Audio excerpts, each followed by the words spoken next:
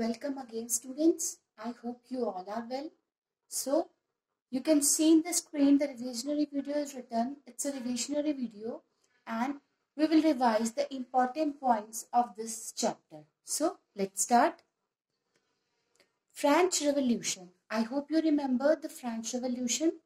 It occurs on 14 July 1789 and first time in the history it was noticed that the people, they came together, they unite and they fought for their rights. This was an inspiration for the other countries also.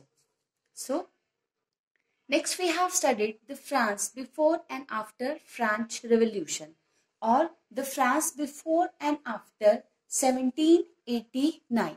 So, before 1789 or before French Revolution, the monarchy rule was there. Monarchy, yes, the king was the head of the country and all the rules was in the hands of the king. And as all the powers were in the hands of the king, so no fundamental rights were given to any citizen. And at that time, the society was divided into the three estates, that is, first estate, second estate, and third estate. So now we'll study after. After French Revolution, the constitutional monarchy was there. The constitutional monarchy, yes, the constitution was there, but it was working like a monarchy. Active and passive citizens were there. Active and passive means the man who is above 25 years of the age and who pay taxes equal to the 3 days of a laborer's wages. Only he is counted as an active citizen and only he is having the voting rights. Rest all men and women, they were counted as passive citizens. Declaration of rights.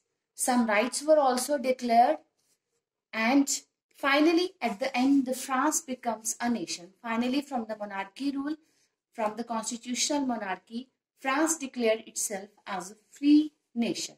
Then we have studied the reasons behind French Revolution. I have told you earlier also that for every revolution, there are always two reasons important. One is long-term reason and the second is short-term reason. So firstly, we study the long-term reason.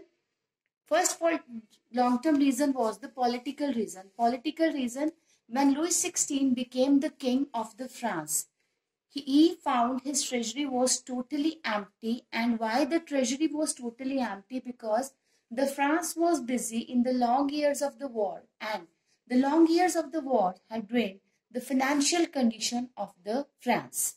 So this was the political reason.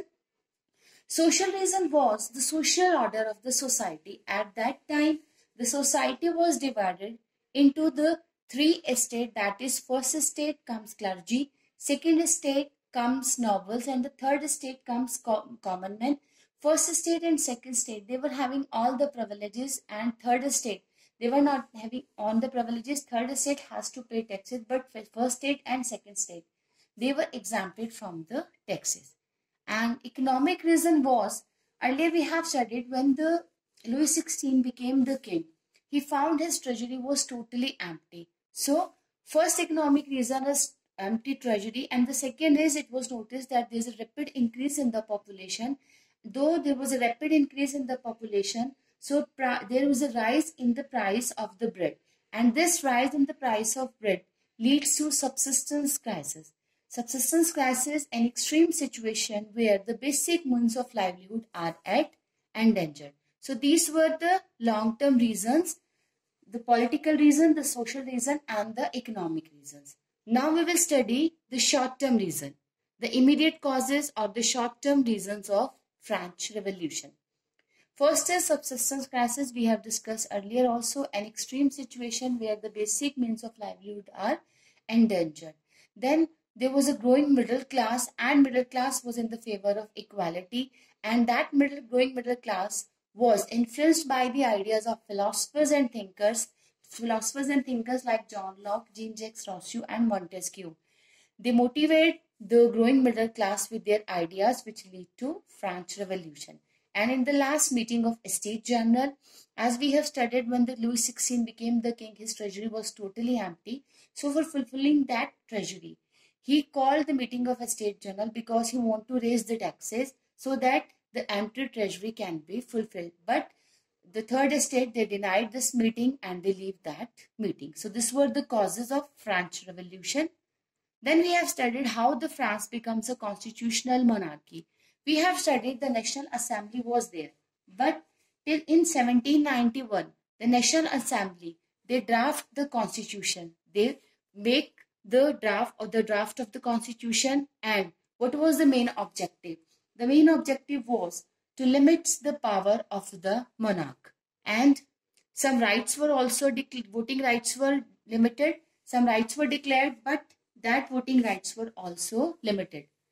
Active and passive citizens. As we have studied earlier, the man who is above 25 years of the age and who pays taxes equal to the 3 days of the laborer's wage is only having the voting rights. So the next, Declaration of Rights. Some rights were declared, and these were right to life, that everybody is having the right to live their life. Everybody is having the right to give their ideas. Then everybody is equal before the law, and everybody is free to give their opinion. And this was the duty of the state, that they should protect each citizen's natural rights. Then we have studied the Reign of Terror.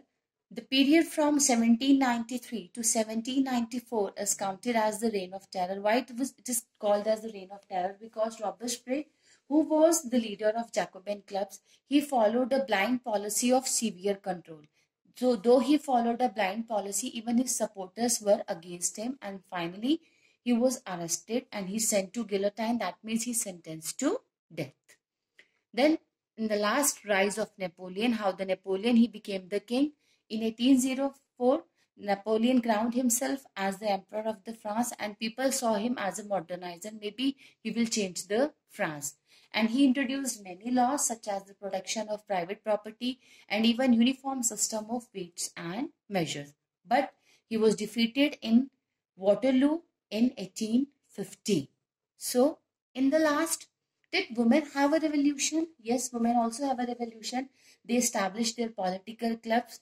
The women of noble class, they have all the rights. They have many rights, but the women of middle class, they don't have any right. They have to survive. They have to do job for their survival. Still, after the French Revolution, women were struggling a lot for many years, but still they got their rights after so many years. So this was all about the French Revolution.